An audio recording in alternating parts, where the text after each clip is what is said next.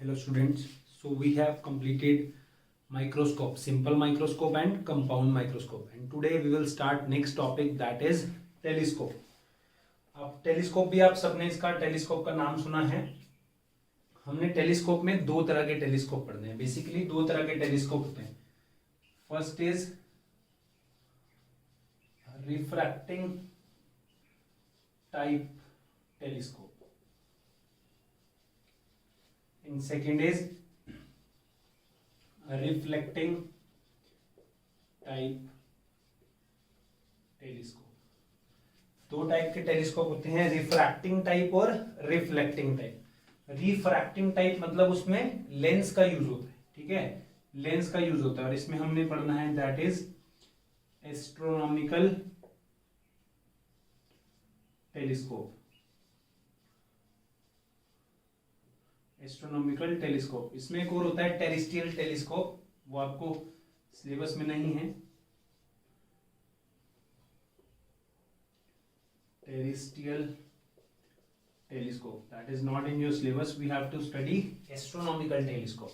And second is reflecting types के telescope. Reflecting type मतलब reflect कौन करता है? मिरर्स, जिसमें मिरर्स का यूज होता है। Cassegrainian telescope and second is Newtonian telescope।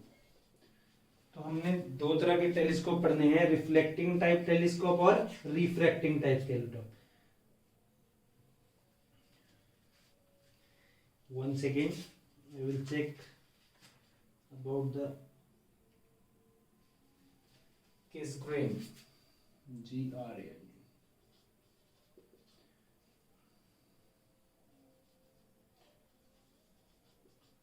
Cassegrain telescope and second is Newtonian telescope. These both telescope are based on the mirrors, mirrors पे बेस्ड है, रिफ्रैक्टिंग और रिफ्लेक्टिंग टाइप। तो सबसे पहले हम पढ़ते हैं एस्ट्रोनॉमिकल टेलीस्कोप। एस्ट्रोनॉमिकल टेलीस्कोप के बारे में पढ़ेंगे।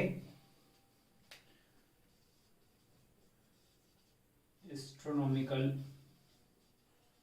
Telescope. Astronomical telescope, what is astronomical telescope? Astronomical telescope क्या है? आपको सबको पता है एस्ट्रोनॉमिकल टेलीस्कोप क्यों यूज होते हैं?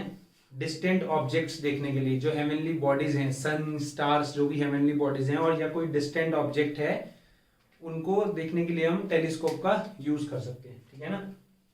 सो it these telescope are used to view, astronomical telescope are used to view the distant heavenly bodies object, ठीक। अब ये रिफ्रैक्टिंग टाइप टेलीस्कोप है। रिफ्रैक्टिंग टाइप टेलीस्कोप है तो इसमें लेंस का यूज करेंगे। सेम इसमें एक क्या है, ऑब्जेक्टिव लेंस, जिसका फोकल लेंथ क्या होगा? फोकल लेंथ लार्ज होना चाहिए। लार्ज होना चाहिए मतलब फोकल लेंथ यार, या हम बोलते हैं एपर्चर लार्ज होना चाहिए। लार्ज होगा तभी तो सारी की सारी लाइट जो इन्फिनिटी से आ रही है ये इसके अंदर आ जाएगी, ठीक है ना। ऑब्जेक्ट्स तो बहुत दूर है ना, infinite objects. And second is my eye lens, this is objective lens, this is eye lens. ये क्या है मेरे पास? आई लेंस है। आई लेंस का कंपैरेटिवली फोकल लेंथ कैसा होता है? स्मॉल होता है, और इसका एपर्चर भी स्मॉल होता है, ताकि अगर हम यहाँ से आई से देख रहे हैं तो सारी की सारी लाइट हमारी आई पे आए, ठीक। तो ये याद रखना है। इसका जो ऑब्जेक्टिव लेंस है, ये जो ऑब्जेक्टिव लेंस है, ये कैसा होना चाहिए? लार्ज एपर्चर का, ठीक है। अब सेम वही प्रिंसिपल एक्सिस है, सपोज, क्लियर। प्रिंसिपल एक्सिस यहाँ, this is my optical centre for objective lens, this is optical centre for eyepiece, ठीक। अब इन्फिनिटी से रेज आ रही है, इसको मैं यहां से रब कर देता हूं। आपको याद रखना है अपर्चर और फोकल लेंथ कैसी होती है? लार्ज, ठीक है ना। कोई यहाँ बहुत दूर ऑब्जेक्ट पड़ा है, इनफाइनाइट ऑब्जेक्ट, इससे पैरेलल रेज आ रही है, ठीक। यहां लिख देते हैं इनफाइनाइट ऑब्जेक्ट, या ऐसे लिख लो ऑब्जेक्ट एट इंफिनिटी, ठीक है। ये ऑब्जेक्ट इंफिनिटी में है तो इस पे यहाँ इनफाइनाइट रेज आ रही है, तो जो ये एंगल ऑब्जेक्टिव लेंस पे बनाएगा सपोज अल्फा, वही एंगल सपोज ये आई पे बनाएगा, क्योंकि आई से ही देखना है ना, और इतनी दूर ऑब्जेक्ट है तो यहाँ एंगल बनाए या यहाँ एंगल बनाए, इसमें तो ज्यादा डिस्टेंस नहीं होता, जो ट्यूब होती है, ठीक है, जो टेलीस्कोप की ट्यूब होती है, तो जो एंगल ये ऑब्जेक्टिव लेंस में बना रहा है वहीं का बनाएगा आई पीस पे। तो ये आया, यहाँ से पैरेलल रेज आई इन्फिनिटी से, सपोज कोई स्टार है या सन है, वो क्या करता है, यहाँ पर आके अब वही जो मैंने आपको बताया था, मुझे पता है कि मुझे पहले कहाँ बनाना है, ये मैं फर्स्ट केस जो कर रहा हूँ, ये फर्स्ट केस कर रहा हूँ when my object is placed at least distance of distinct vision, ठीक है, और दूसरा करना है when image is formed at infinity. तो फर्स्ट क्या है इसमें, when image is formed at least distance of distinct vision। तो ये बार बार, और सेम ही चीज है इसमें भी, जैसे हमने माइक्रोस्कोप में किया था, मैग्नीफाइंग पावर निकाली थी बीटा बाय अल्फा, सेम इसमें भी करना है। तो जब least distant of distinct division पे बनेगी तो मतलब क्या है, इसके ऑप्टिकल सेंटर और इसके फोकस के बीच में कहीं इमेज बननी चाहिए, ठीक है ना, इसके ऑप्टिकल सेंटर और इसके फोकस के बीच में कहीं पर मेरे को इमेज मिलनी चाहिए, ठीक। तो सपोज मेरे को पता है, मुझे यहाँ सपोज ये एफ ई है, इन्फिनिटी से रेज आ रही है, तो कहाँ बनेगी, एफ नॉट पे बनेगी, एफ नॉट। तो बनाने का तरीका बता रहा हूँ, सपोज यहाँ मेरी इमेज बन रही है, ठीक, तो क्या करो, यहाँ से रेज अपने स्केल से यहाँ मीट करा दो, यहाँ, तो तीनों रेज यहाँ पर मीट हो रही हैं, ठीक, और ये आगे यहाँ पर लेंस पे जा रही है कहीं भी, ठीक है, ये लेंस पे जाके फिर से रिफ्रैक्ट हो रही है। तो फर्स्ट ऑब्जेक्टिव क्या है, इन्फिनिटी से रेज आई, कहाँ पर मिलेंगी, इसके फोकस पे, यही होता है ना, जब रेज इन्फिनिटी से आई तो कहाँ मिलती है, इसके फोकस पे। तो यहाँ पहले ही एरो बना दो, ये ऑब्जेक्ट सपोज यहाँ कोई इन्फिनिटी पे ऑब्जेक्ट है ए बी, जैसे हम एरो में बनाते थे, तो यहाँ क्या हो जाएगा, यहाँ मेरे पास हो जाएगा ए डैश, और यहाँ this is B dash, clear. ये कहाँ बनना चाहिए, हम ऐसे इसको एडजस्ट करते हैं ट्यूब को, ऑब्जेक्टिव लेंस और आई पीस को ऐसे एडजस्ट करते हैं कि मेरे पास जो इमेज है इस ऑब्जेक्टिव लेंस की वजह से वो इमेज का बने ऑप्टिकल सेंटर और इसके फोकस के बीच में, आई लेंस के फोकस के बीच में। तो आप ये इमेज बना के फिर से आप लाइंस डाल लो, क्लियर, जैसे हमने उसमें किया था। अब इसके बाद सेकेंड इमेज जो बनेगी, इससे एक रे जाएगी, ठीक, और एक रे यहां से, इसको जब हम पीछे प्रोड्यूस कर रहे हैं, इन रेज को, सब रेज को जब हम पीछे प्रोड्यूस करेंगे, ये जो रेज हैं जैसे हमने कंपाउंड माइक्रोस्कोप में किया था, तो रेज सारी फाइनल कहाँ के मिल रही हैं, ये सारी फाइनल आके मिल रही हैं eight least distant of distinct vision, clear. अब तो पढ़ लिया हमने कंपाउंड माइक्रोस्कोप भी। तो least distant of distinct vision पे कब बनेगी, जब इसके ऑप्टिकल सेंटर और इस फोकस के, आई लेंस के फोकस के बीच में होगी। तो हमें इसको ऐसे एडजस्ट करना है कि जो इसके फोकस पे इमेज बन रही है, इसका फोकस कहाँ है, इसका एक तो बहुत लार्ज फोकल लेंथ है, आप बोलोगे सर यहाँ क्यों नहीं बनाया फोकल लेंथ, इसका ये अपर्चर बहुत ज्यादा है तो इसका फोकल लेंथ बहुत लार्ज है, इसका ऐसे एडजस्ट करना है कि इसका फोकस कहाँ है, इसके और इसके बीच में आए। जब इसके और इसके बीच में आएगा तो फाइनल इमेज कहाँ बनेगी हमारी, least distant of distinct vision पे, और जो फाइनल इमेज है उसको हम A double dash B double dash बोल देते हैं। अब सेम चीज, ये अल्फा एंगल है तो इक्वल अपोजिट एंगल, ये भी क्या होगा, अल्फा एंगल होगा, ठीक है ना, ये अल्फा एंगल है तो ये भी एंगल, ये इमेज, ये ट्राइंगल यहाँ कितना एंगल बना रहा है, सपोज ये बीटा एंगल बना रहा है, ये बीटा एंगल बना रहा है, this is alpha, this is beta, clear. तो अब समझ आ गया ये कब है, when final image is formed at least distant of distinct vision. Same ही चीज है जैसे उसमें था, फर्क क्या है, टेलीस्कोप में ये फोकल लेंथ अपर्चर इसका ज्यादा होता है, कंपाउंड माइक्रोस्कोप में इसका कम होता था, इसका ज्यादा होता था। ये बड़ा लेंस है, ये छोटा लेंस है टेलीस्कोप में। ये बड़ा लेंस क्यों है कि सारी लाइट जो भी डिस्टेंट ऑब्जेक्ट से सारी लाइट है इसके अंदर आए, और ये छोटा क्योंकि हमारे को, हम अगर यहाँ आई से देख रहे हैं, हम अगर यहाँ आई से देख रहे हैं तो हमारे को यहाँ पर सारी लाइट विजिबल हो, क्लियर। तो अब इसकी मैग्नीफाइंग पावर या मैग्निफिकेशन, कुछ भी बोल लो, ठीक है ना, मैग्नीफाइंग पावर सेम है। Angle subtended bye image at least distant of distinct vision to the angle subtended by object at least distant of distinct vision। तो ये कितना होगा, beta by alpha. Same definition आपको पता होनी चाहिए एग्जाम में। अगर सिंपल खाली टेलीस्कोप आया तो आपको टेलीस्कोप में मैग्नीफाइंग पावर की डेफिनेशन लिखना पड़ेगा, मैग्निफिकेशन या magnifying power. Tan beta by alpha, what is tan beta, हम यही लेते हैं दिस डिवाइड बाय दिस। तो टैन बीटा मैं यही लिखूंगा, तो m की वैल्यू कितनी आई है, m की value a dash b dash divided by o dash b dash.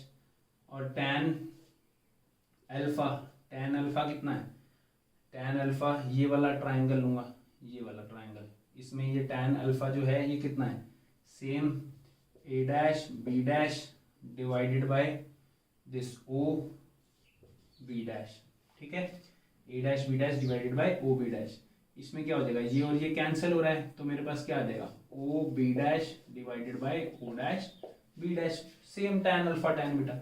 What is my o b dash, o b dash ये क्या है, ये मेरा क्या है, फोकल लेंथ है। o b dash objective lens का फोकल लेंथ है। And what is o dash b dash, ये मेरे पास जो o डैश b डैश है, this o dash b dash, what is this o dash b dash, ये क्या है, ये इसके लिए ऑब्जेक्ट का काम कर रहा है और फाइनल इमेज बना रहा है। तो this is ue, object distance from eye lens, so this is what, ue, clear. और ये लेफ्ट साइड पे है तो यहाँ माइनस साइन, तो मेरे पास मैग्निफिकेशन कितना आ गया, f नॉट बाय ue, इतना आ गया मैग्निफिकेशन। अब ue अगर हमें तो क्या पता होता है, मैन्युफैक्चरर जिसने टेलीस्कोप बनाया, ये हमेशा हम फोकल लेंथ के टर्म्स में बात करते हैं। इसकी तो फोकल लेंथ आ गई, इसकी तो फोकल लेंथ नहीं आई ना, fe की फोकल लेंथ, तो ue को हम fe की टर्म्स में लिखते हैं। इतना मैग्नीफाइंग पावर हो गया। इसके बाद ue को fe की टर्म्स में कैसे लिखेंगे, बहुत सिंपल है, 1/v minus 1/u equal to 1/f, clear. तो फाइनल इमेज कहाँ बन रही है, least distant of distinct vision पे, तो माइनस डी।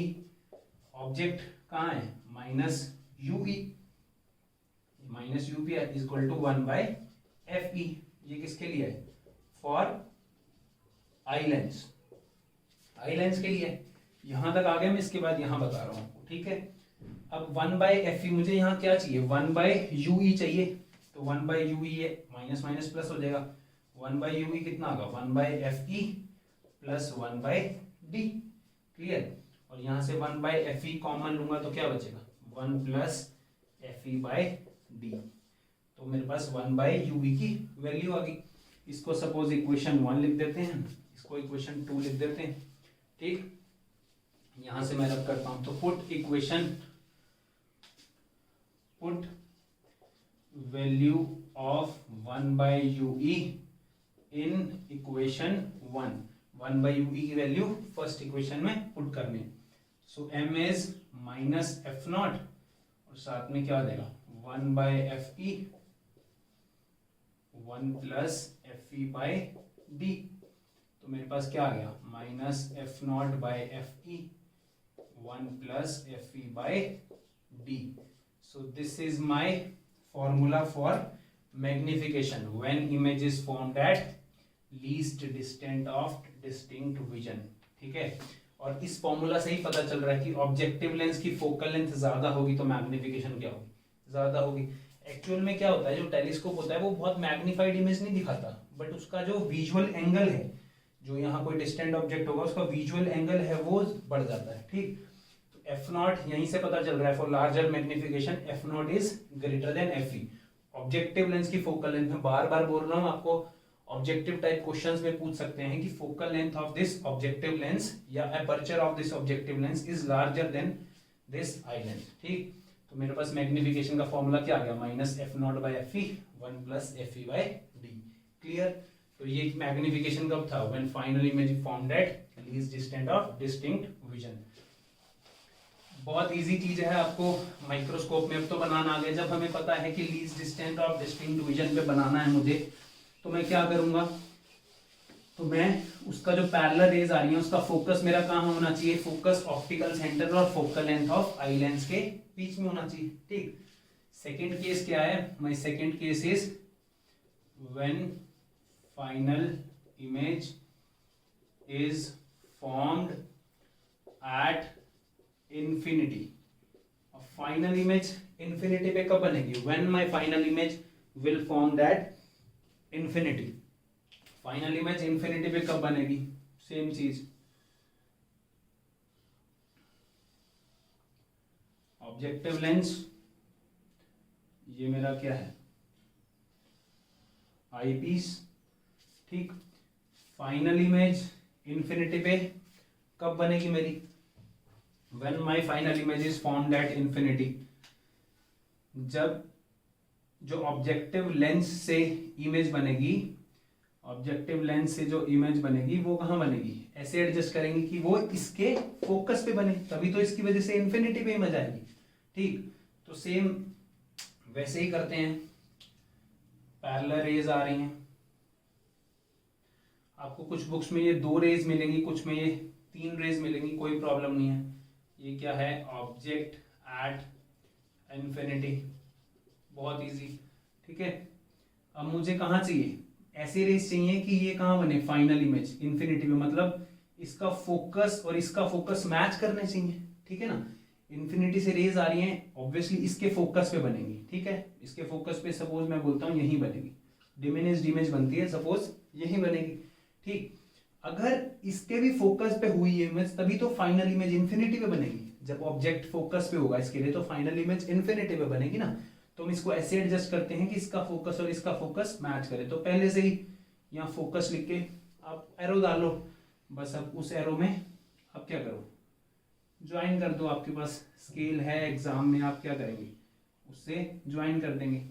ये रेज आ रही है, इसको थोड़ा सा और बड़ा बनाएंगे तो ये रेज जा रही है ऐसे। ठीक, तो यहाँ से फिर क्या हो रही है, रिफ्रैक्ट हो रही है, तो आपकी कहाँ बन गई, ये फोकल लेंथ f0 है, ये fe है, तो f0 इक्वल टू fe। अब इसके लिए ये ऑब्जेक्ट का काम कर रहा है, ऑब्जेक्ट का काम कर रहा है ना, तो कैसे बनेगी फाइनल इमेज, यहाँ से एक पैरेलल रेज जाएंगी, ये फाइनल इमेज कहाँ बनेगी, अगर इनको भी करो, ये फाइनल इमेज कहाँ बन रही है, सब इन्फिनिटी पे जा रही है। ये फाइनल इमेज कहाँ बन रही है, final image at infinity, final image कहाँ बन रही है, इन्फिनिटी पे। ठीक, जब least distance of distinct division भी थी तो ये ऑब्जेक्ट का होना चाहिए fe और o डैश, fe और o डैश के यहाँ बीच में, तो d पे बनेगी फाइनल इमेज। तो उसके हिसाब से आप यहाँ पर क्लब करके यहाँ इमेज बना दो। अब ये पैरेलल रेज हैं, पर ये गलती मत करना कि ये पैरेलल रेज ही होनी चाहिए, ये आपको ऐसे रेज मिलेगी तो ये कहीं जाके मिल रही है, मतलब ये सारी रेज कैसी हैं, पैरेलल, ये सीधी जाएंगी इन्फिनिटी पे, कहीं हमारी फाइनल इमेज बन रही है। फाइनल इमेज कहाँ बन रही है, इन्फिनिटी पे। क्लियर, तो फाइनल इमेज इन्फिनिटी पे कब बनेगी, जब ये ऐसे एडजस्ट करेंगे कि इसका ऑब्जेक्ट कहाँ होगा, फोकस पे, fe और f0 कहाँ होगा, सेम। ठीक, ये same alpha angle, this is beta. Clear, वही magnifying power tan beta by tan alpha, tan beta is, suppose this is a dash b dash, tan beta is a dash b dash divided by o dash b dash. What is tan alpha, final image suppose infinity पे है, infinity पे कहीं image बन रही है a double dash b double dash, inverted image कहीं बन रही है, तो a double dash b double dash. अब आप ये बताओ, tan बीटा हम लेते हैं, सॉरी tan अल्फा लिखना था ना, tan बीटा तो हमने लिख लिया, दिस बाय दिस, ये बीटा एंगल जो ये है वही फाइनल tan अल्फा, तो ये वाला ट्राइंगल लेंगे, tan अल्फा क्या है, a dash b dash divided by this by o b dash, same formula लगाया, फिर से ये कैंसिल हो जाएगा, तो क्या होगा, o b dash divided by o dash b dash, this is equal to m। So what is o b dash, o b dash, o b dash कितना होगा, f0, और o डैश b डैश कितना होगा, o dash b dash minus fe, f0 is right hand side positive, this is on left hand side of this, so negative. so f naught by fe, and this is the final formula for magnifying power when image is formed at infinity. Clear, बहुत easy है. एक magnification का formula क्या आया, F not by F E 1 plus F E by D. कब, जब final image कहाँ बन रही है मेरी, least distant of distinct region पे. और ये कब आया, जब फाइनल इमेज कहाँ बन रही है मेरी, वीई जो है वो क्या होगा, जब इन्फिनिटी होगा. और वीई यहाँ कितना होगा, इमेज डिस्टेंस कितना होगा, डी. ई क्यों लिख रहा हूँ, क्योंकि आई लेंस से ही फाइनल इमेज बन रही है. ठीक, सो ये दो केसेस हैं हमारे एस्ट्रोनॉमिकल टेलीस्कोप के, रिफ्रैक्टिंग टाइप टेलीस्कोप के. क्लियर है आपको, ये दोनों फॉर्मूला सेम है बिल्कुल कंपाउंड माइक्रोस्कोप जैसा. क्लियर. एक और चीज, अगर इस केस में कोई पूछे लेंथ ऑफ ट्यूब क्या है, तो लेंथ ऑफ ट्यूब क्या होगी इसकी, L F naught plus F ई, एफ नॉट प्लस एफ ई, यही होगी ना. एफ ई वैसे तो हम नेगेटिव है एफ ई, बट डिस्टेंस है सेम कंपाउंड माइक्रोस्कोप की तरह, तो ये क्या होगा, एफ नॉट प्लस एफ ई. क्लियर. और अगर इससे पहले वाले केस में पूछें जिसमें ये था, तो क्या होगा, F naught plus modulus of U E. Same ही है, इस केस में यू ई की जगह एफ ई है. ये कब है, जब इमेज डी पे बने, और ये जब इमेज इन्फिनिटी पे बने. क्लियर. तो यहां से हमें ट्यूब लेंथ भी पता चल गया. तो ये दो केस है मेरे पास टेलीस्कोप के, एस्ट्रोनॉमिकल टेलीस्कोप के, रिफ्रैक्टिंग टाइप टेलीस्कोप के. अब जो रिफ्लेक्टिंग टाइप टेलीस्कोप है, बिल्कुल सिंपल, उसमें इतना ज्यादा थ्योरी नहीं है, बहुत सिंपल से एक्सप्लेनेशन है. तो मैं उसके दोनों के डायग्राम्स बनाता हूं और आपको समझाता हूं कि अब जो रिफ्लेक्टिंग टाइप टेलीस्कोप है, न्यूटोनियन या कैसगेरियन टेलीस्कोप, उसमें जो मिरर्स हैं उसका कैसे यूज किया जाता है. और ये बेटा टेलीस्कोप भी कंपाउंड माइक्रोस्कोप की जगह उतना ही इंपॉर्टेंट है सीबीएसई एग्जाम्स के लिए. तो इसके भी आप अच्छे से रे डायग्राम खुद से कॉपी पे बना के देखना. आपको 1-2 बार बनाओगे बिल्कुल अच्छे से प्रैक्टिस हो जाएगी. ट्रिक मैंने बता दी है कि एरो लगाना है और उसके बाद ज्वाइन कर दो. और हमेशा ये बात याद रखनी है कि इन रेज पे एरो जरूर बनाना है कि रेज कहाँ पे आ रही है, कहाँ से जा रही है. ठीक है. सो अब बात करते हैं रिफ्लेक्टिंग टेलीस्कोप की. सो ये दो तरह के टेलीस्कोप मैंने यहाँ बनाए. First is Newtonian telescope and second is Cassegrain telescope. क्या है इसमें, एक कॉनकेव मिरर होता है जो ऑब्जेक्टिव मिरर की तरह काम करता है. ठीक, कॉनकेव मिरर, ये एक प्लेन मिरर है और ये यहाँ आई पीस है जहां से हम देख रहे हैं. ठीक है ना. जो भी सपोज यहाँ से डिस्टेंट ऑब्जेक्ट से मेरे पास लाइट आ रही है. ठीक, डिस्टेंट ऑब्जेक्ट से मेरे पास क्या आ रही है, लाइट. यहाँ से भी और यहाँ से भी पैरेलल बीम आई लाइट की. यहाँ लिख देते हैं light from distant object. Distant object से क्या आ रही है, मेरे पास लाइट आ रही है. कॉनकेव मिरर है. ठीक है. जब मेरे पास डिस्टेंट ऑब्जेक्ट से लाइट आई तो ये लाइट आके रिफ्लेक्ट होके कहाँ जाएगी, रिफ्लेक्ट होके यहाँ कहीं जाएगी. ठीक, रिफ्लेक्ट होके सपोज डाइवर्ज हुई, डाइवर्ज होके जब हम वापस प्रोड्यूस करेंगे तो अपने फोकस पे मिलेगी. ठीक है, वापस प्रोड्यूस कर रहे हैं तो कहाँ मिलेगी, अपने फोकस पे. और ये भी यहां से करके कहीं दोनों यहाँ अपने फोकस पे मीट करेंगी लाइट. ठीक है.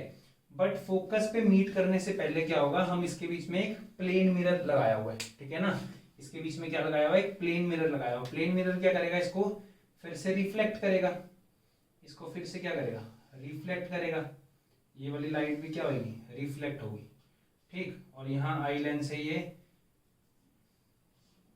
यहाँ से हमारे को फिर ये यहाँ लाइट दिखती है. ठीक, तो डिस्टेंट ऑब्जेक्ट की हम आई पीस पे या आई लेंस से आई पीस पे, आई पीस बोलेंगे इसको जनरली, जो भी हमारे पास यहाँ टेलीस्कोप में ट्यूब होगी वहां पर हमारे को यहाँ पर डिस्टेंट ऑब्जेक्ट की इमेज बनती है.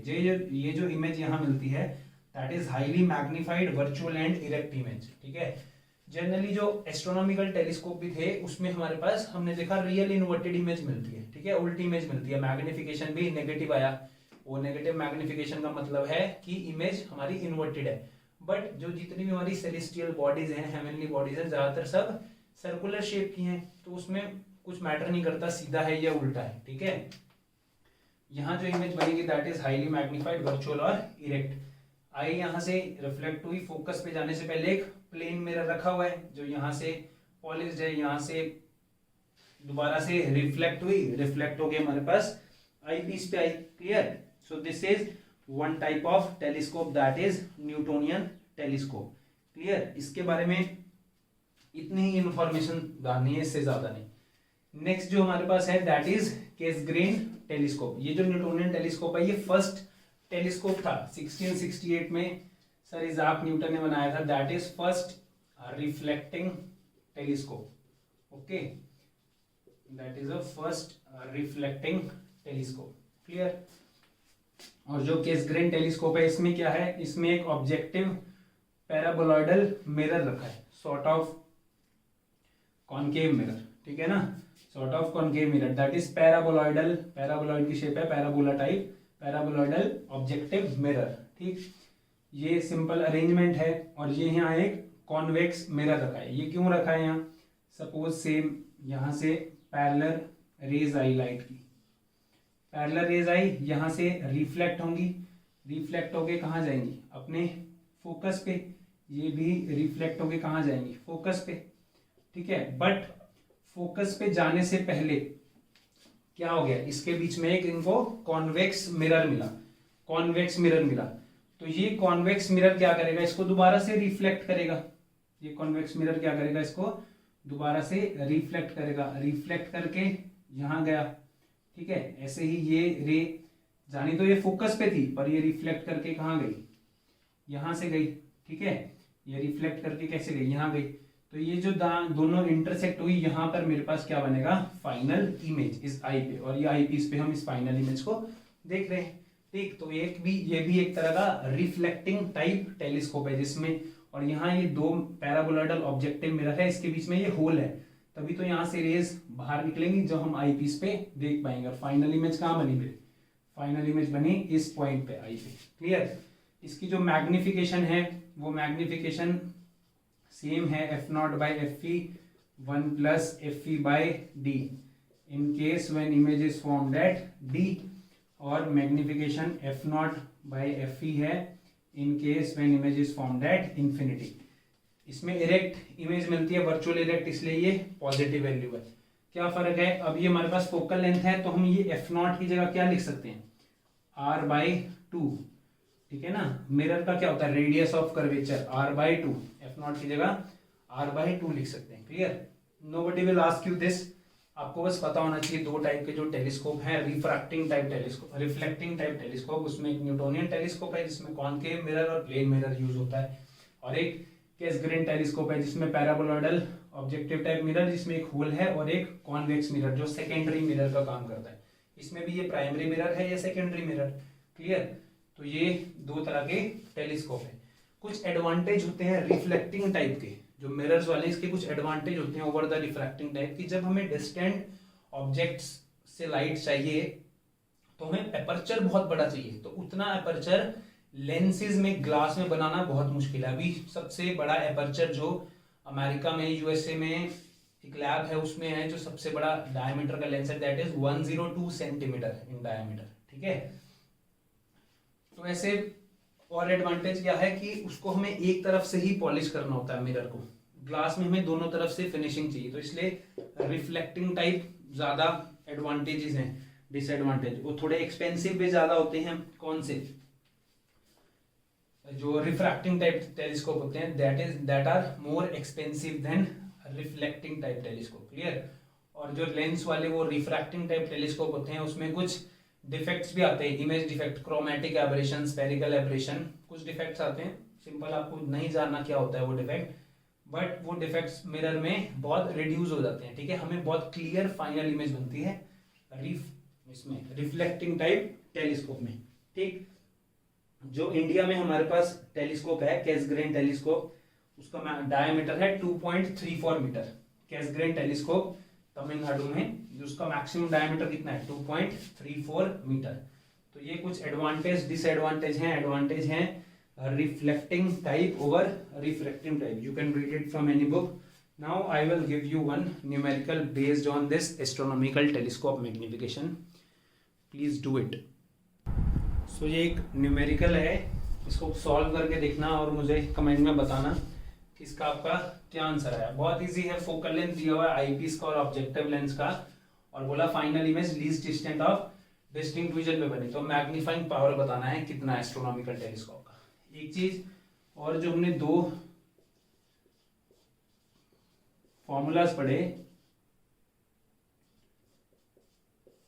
एक ये फॉर्मूला पढ़ा हमने और एक ये फॉर्मूला पढ़ा, ठीक है।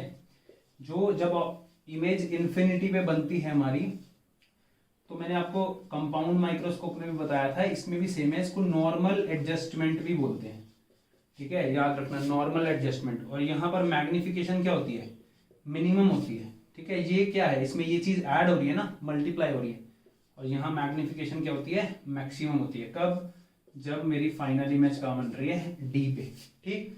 तो बाई चांस पेपर में आ जाए कि calculate the minimum magnification when final image is formed at infinity, तो डोंट गेट कंफ्यूज, इन्फिनिटी पे मिनिमम ही होती है मैग्निफिकेशन, मैक्सिमम कहाँ होती है, जब फाइनल इमेज कहाँ बनी, least distant of distinct vision पे, डी पे, दैट इज 25 सेंटीमीटर। क्लियर, क्योंकि इस फैक्टर में ये मल्टीप्लाई हो रहा है तो ये ऑब्वियसली ज्यादा ही होगा, ठीक है ना, जब इमेज डी पे बनी। और एक और चीज, इसमें इसको नॉर्मल एडजस्टमेंट भी बोलते हैं। सो this is all about astronomical telescope and reflecting type telescope. This is the end of ray optics and optical instrument. In the next lecture we will start wave optics. Thank you.